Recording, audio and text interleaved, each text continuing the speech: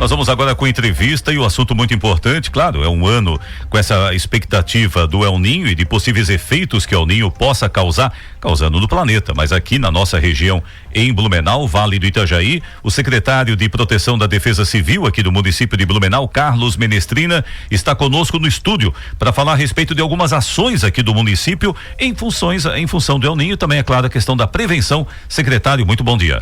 Bom dia, Arnaldo, bom dia a todos os ouvintes da Rádio Clube, é um prazer estar aqui com vocês.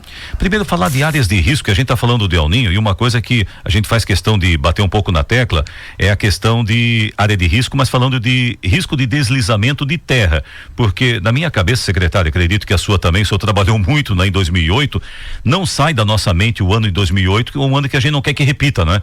Então, assim, como é que está essa questão das encostas, risco de deslizamento, o que está sendo feito e o que pode ser feito ainda nessa prevenção?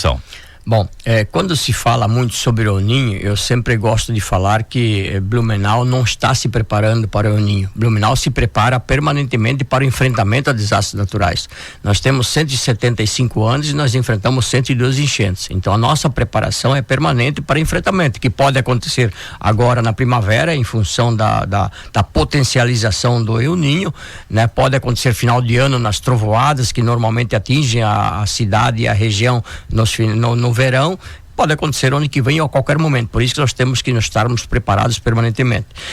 Você falou abordou um assunto aqui extremamente importante, que quando acontece um período de chuva muito prolongado, a nossa grande preocupação não é nem com enchente, não é nem com alagamento, que isso aí a gente consegue administrar, né, de forma até mais tranquila. Tem um pouco mais de previsão, a previsão consegue abordar antecipadamente, né, e nós podemos alertar a comunidade. O nosso grande problema, o nosso grande desafio quando acontece um período de chuva mais prolongado é a saturação do solo, e a saturação do solo potencializa a possibilidade de deslizamentos. Nós temos aqui mapeadas várias áreas suscetíveis a esse fenômeno. Nós temos 8.250 famílias que moram nessas áreas de alto e muito alto risco, que nós estamos trabalhando, claro, através de protocolos, mas também preventivamente algumas ações não estruturantes, para exatamente poder com que essas famílias tenham esse conhecimento, essa ciência do risco, e saibam como, primeiro, quais as medidas que precisam ser tomadas para mitigar os efeitos, e depois, em último momento, também saber que elas precisam sair da sua casa, se dirigir ao abrigo seguro, que no Blumenau nós temos 30 abrigos direcionados a pessoas em áreas que possam ser atingidas por deslizamento, para que elas possam ir lá preservar a sua vida e aguardar até a volta da normalidade para poderem retornar aos seus lares. Agora, secretário, essas 8.250, o senhor está falando é só de risco e alto risco, só em encostas e deslizamento. Alto e muito alto risco, fora a parte hidrológica. Fora a parte hidrológica das enchentes, só de risco de deslizamento, né? Exatamente. E depois que a gente teve aquela triste experiência em 2008, a gente sabe que o nosso solo aqui, ele não é tão firme assim, tem áreas que podem surpreender, não é? Sim, é por isso que foi criada a Diretoria de Geologia, né? Exatamente para fazer esse estudo, para identificar essas vulnerabilidades das nossas áreas, e foi através dessas vulnerabilidades então que foram classificadas esses níveis de risco que nós temos, e nossa preocupação está, como eu já disse, no alto e muito alto, que são os locais que têm a maior propensão em termos de aclividade para trazer essa condição desse fenômeno, que é a movimentação de solo, e caracterizando aí então os movimentos de fluxo de detritos que tem um alto poder destrutivo, diferente da enchente, que a enchente a gente acaba saindo, o imóvel atingido, depois a gente limpa, recupera, mas o deslizamento pode provocar uma situação de risco muito elevada, risco à própria vida, né? Porque o potencial de destrutivo é muito elevado. Bom, o senhor está falando essa questão da previsibilidade de enchente, né? Que é mais difícil num deslizamento de terra. Existe já tecnologia ou à disposição, existem instrumentos para poder prevenir o deslizamento hoje com um pouco mais de antecedência? A gente sabe que não é só aqui, né? A gente está vendo lá Juiz de Fora, aconteceu recentemente em Minas Gerais, Serra do Rio de Janeiro e tudo isso, mas que as famílias possam perceber antes daqueles sinais normais, né? Quer dizer, ver que tem um pouco de terra escorregando, deslizando, dá para medir isso? Bom, nós temos, vou responder de duas formas. Primeiro, a forma de observação. Acho que toda pessoa que mora numa área de risco, ele tem que ter essa ciência e ele tem que buscar verificar indicativos que possa estar havendo alguma movimentação de solo na área onde ele mora. Quais sejam árvores inclinadas, água suja que acaba saindo da encosta, possíveis dificuldades em abrir e fechar portas e janelas, trincas em estruturas físicas como muros ou a própria casa, né? Então esses são indicativos que alguma coisa está acontecendo. Se isso for percebido, procure um local seguro e acione imediatamente a Defesa Civil para que ela possa fazer uma análise. Fora isso, nós temos o grande desafio que está sendo tratado inclusive a nível nacional. Nós temos em Blumenau um laboratório que está sendo feito com a parceria do CEMADEM, que é um órgão federal, com a instalação de 15 termômetros no solo, né, com 3 metros de profundidade, para fazer a leitura da umidade do solo e fazer aí uma estatística dessa umidade, quantos deslizamentos ocorreram em função dessa, comparando com essa umidade, para depois formarmos então um protocolo para que a gente, definindo que aquela área com tal metragem de umidade, ela está suscetível de deslizamento, para que a gente possa então definir inclusive evacuações dessas comunidades. Mas foram definidos 15 locais em Blumenau que foram instalados esses equipamentos. Esses equipamentos estão sendo acompanhados pelo CEMADEM, pelos técnicos do CEMADEM, e a partir do momento que concluírem essa análise, deverão ser definidos então uma estratégia em termos de protocolos para abordagem dessas comunidades de forma especial, em considerando a umidade que o solo está absorvendo. Se com 3 metros de umidade nunca ocorreu nenhum deslizamento, então nós temos a certeza que aquele local tem uma constituição do solo um pouco mais firme, um pouco mais rochosa, que não há essa probabilidade. Agora, quando ocorre, por exemplo, a 1 metro de umidade, ocorreram vários deslizamentos, aí sim nós podemos formar o conceito de que ali é preciso, quando essa umidade chegar nesse limite, definir e desencadear protocolos específicos de proteção àquelas comunidades. Qual é a profundidade mesmo que 3 metros, até 3 metros. 3 metros. Então, mas ele pode resolver uma área maior, ou só onde tem a casa, a residência ali, ou dá para ter uma noção de tudo, de uma área grande, maior ali? Ele constitui uma área. A nossa equipe de geologia, ela faz a avaliação pelo tipo de solo que existe naquela região. Então foram definidos 15 tipos de solos, 15 tipos de locais com constituição de solo diferente uma da outra, exatamente para avaliar toda aquele maciço onde ele foi instalado. No fim funciona quase como uma amostragem, né? Exatamente. Com a amostragem você pode pegar como referência para as demais, né? Perfeitamente. Interessante, né? Isso aí é bom o ouvinte ficar sabendo, que muitas vezes a preocupação vem só na hora que a chuva mais forte está ocorrendo, mas alguma coisa pode saber com antecedência, né? Também, Arnaldo, é importante dizer que a encosta por si só, ela não se movimenta. Ela se movimenta através de duas formas. Ou a pessoa faz alguma intervenção errada, que não deveria ser feito, por isso que eu sempre oriento: qualquer tipo de intervenção em encosta, criar taludes, escavar, tem que ter um acompanhamento de um profissional qualificado, porque senão acaba criando um potencial para deslizamento. E o segundo é a força da chuva, né? Então por isso que nós temos também, através do nosso aplicativo Alerta Blue, lineares de quantitativos de chuva que podem levar a potencial a deslizamento. Então se você abrir o aplicativo Alerta Blue, você vai ter ali níveis de avisos e de alertas em relação a deslizamento também, chegando no alerta máximo, que aí a condição de deslizamento é muito propensa e as pessoas também têm que buscar então acompanhar esse aplicativo. Uma das primeiras orientações que nós passamos a toda a sociedade é baixar o aplicativo Alerta Blue, que ali você encontra todas as orientações e todas as informações em tempo real de toda a condição climática e de condição de sermos atingidos por algum fenômeno na cidade de Blumenau. Secretário Carlos Menestrina, da Defesa Civil, conversando conosco, falar sobre também risco de enchente, né?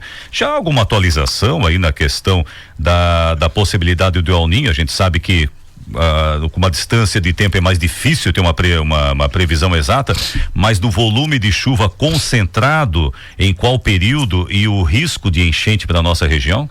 Bom, Arnaldo, é um assunto muito polêmico, né? Que infelizmente algumas pessoas trouxeram aquelas notícias que iria acabar, né? O mundo parecia, né? Então isso trouxe um alarde desnecessário à população. Tem pessoas, quando foi falado que vai dar uma enchente maior que 1983, as pessoas que vivenciaram aquela enchente, né, tem um trauma muito grande, né? Então, hoje tem gente estocando água, estocando comida, que não há necessidade já, né? Nós temos hoje, Blumenau é uma das cidades que está muito mais preparada tecnicamente para esse enfrentamento do que qualquer outro município do Brasil.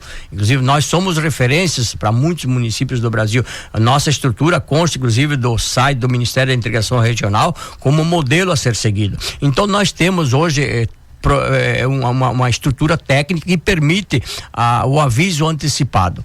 O El Niño por si só, ele não traz grandes problemas. Nós tivemos vários anos sob influência de El Niño e tivemos problemas muito pequenos. Nós tivemos anos aqui em Blumenau com a influência de La Nina ou em condição de neutralidade que nós tivemos enchentes fortes. Então, não é só o El Niño. O que os nossos meteorologistas e técnicos estão acompanhando é como ele vai se constituir, o que vem agregado a ele na primavera. Isso sim, aí é decisivo. Mas agora, nesse momento, é impossível, não existe nenhum mecanismo tecnológico de previsão meteorológica que possa afirmar que vai ter uma enchente, né? Isso quem falar isso é chutômetro, né? Pode até acertar, se acertou, bateu legal, fez o gol, sai como herói, mas não é essa a forma correta tecnicamente de fazer. Nós temos que avisar de forma assertiva. Quando nós tivermos certeza que vai acontecer, aí sim nós vamos avisar. E nós temos hoje tecnologia que nos permite isso, de avisar antecipadamente, né, através dos nossos aplicativos, através das nossas equipes, o que vai acontecer, inclusive com a absorção daquela expertise que a nossa FURB criou na década de 80, que é através do CEOPS e do Projeto Crise, que é a previsão futura do nível do rio Itajaí-Açu, que foi repassada para os técnicos da Defesa Civil, os nossos meteorologistas e os nossos engenheiros que possam fazer essa identificação. Então, em relação ao El Niño, vai ter enchente? Não é possível dizer isso agora. Tanto que as instabilidades maiores, neste momento, elas estão no oeste do Paraná, oeste do Rio Grande do Sul e oeste de Santa Catarina e Planalto de Santa Catarina. O vale fica no resquício disso. Mas isso também não se pode afirmar, porque isso daqui a 30 dias pode mudar tudo. Então, há uma mudança muito grande em função do aquecimento das águas do Pacífico, né? E se vier acompanhado de um outro fenômeno, nós temos que acompanhar e avaliar esse fenômeno e ver a forma que ele vai se apresentar aqui na nossa região. E a partir desse momento, aí sim, nós vamos fazer os nossos avisos e alertas assertivos que a população possa realmente se conduzir e aplicar os seus planos de contingência familiar, empresarial, comercial para enfrentamento. Quer dizer, a questão de enchente não é só com meteorologia, é com a questão de hidrologia também, né, secretário? Calculando também a calha do rio, as barragens, uma série de fatores. A gente estava comentando aqui antes por causa dessas obras aí na barragem norte, né? Anunciadas aí a atualização aí o status do serviço aí da barragem norte e o quanto que um detalhe de gestão de comportas e barragens tudo pode interferir aqui na metragem em Blumenau também, não é? Sim, são várias análises que são feitas para chegar nesse resultado, nesse denominador ou nessa conclusão. Então não é apenas, vai chover, o El Niño está aqui, vai dar enchente. Não quer dizer nada. Nós temos que avaliar vários fatores que contribuem para esse processo. Um cenário que a gente avalia muito, mesmo que ele venha acompanhado de algum outro fator, de algum fenômeno, outro fenômeno meteorológico, é saber como ele vai acontecer, se vai acontecer em um curto espaço de tempo, em uma semana, 2 semanas, se vai acontecer num tempo mais elástico, né? Então tudo isso muda bastante, né? Isso muda porque ele acaba se distribuindo. Em 2024, no Rio Grande do Sul caíram 800 milímetros de chuva em uma semana.